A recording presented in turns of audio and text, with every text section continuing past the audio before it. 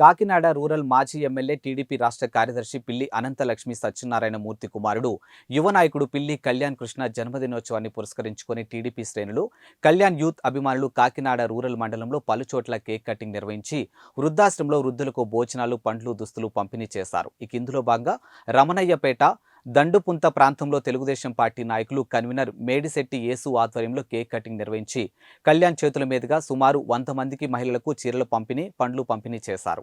ఈ సందర్భంగా యేసు మాట్లాడుతూ యువ నాయకులు కృష్ణ కళ్యాణ్ జన్మదినాన్ని నిర్వహించుకోవడం చాలా ఆనందంగా ఉందని, రూరల్ నియోజకవర్గం అభివృద్ధికి పిల్లి అనంతలక్ష్మి సత్యనారాయణ మూర్తి చేసినటువంటి కృషి నియోజకవర్గ చరిత్రలో నిలిచిపోయారని, భవిష్యత్తు కాలంలో కృష్ణ కళ్యాణ్ తల్లిదండ్రులు రాజకీయ వారసత్వాన్ని తీసుకుని ప్రజానాయకుడిగా మంచి గుర్తింపు తెచ్చుకోవాలని, ఇటువంటి పుట్టినరోజులు వేడుకలు మరెన్నో జరుపుకోవాలని, రాజకీయంగా ఉన్నత పదవులు చేపట్టాలని ఆకాంక్షించారు.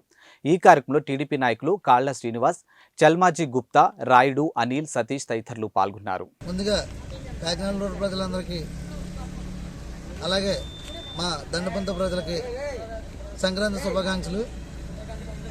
నా పేరు మేడిశెట్టి యేసు, టీడీపీ కన్వీనర్ని.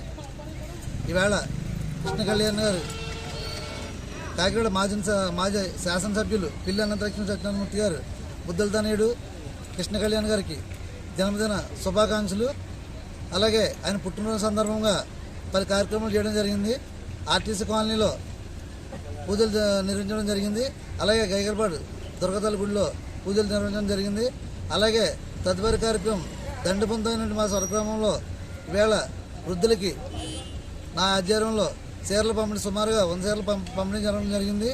అలాగే ఈ కార్యక్రమంలో నేను మరియు రాయుడు అనిల్ గారు, ఎక్స్ ఎంపీటీసీ రాయుడు అనిల్ గారు పాల్గొనడం జరిగింది. ముఖ్యంగా టీడీపీ జనసేన యువకుడు గిడ్డూడు శ్రీను పాల్గొనడం జరిగింది.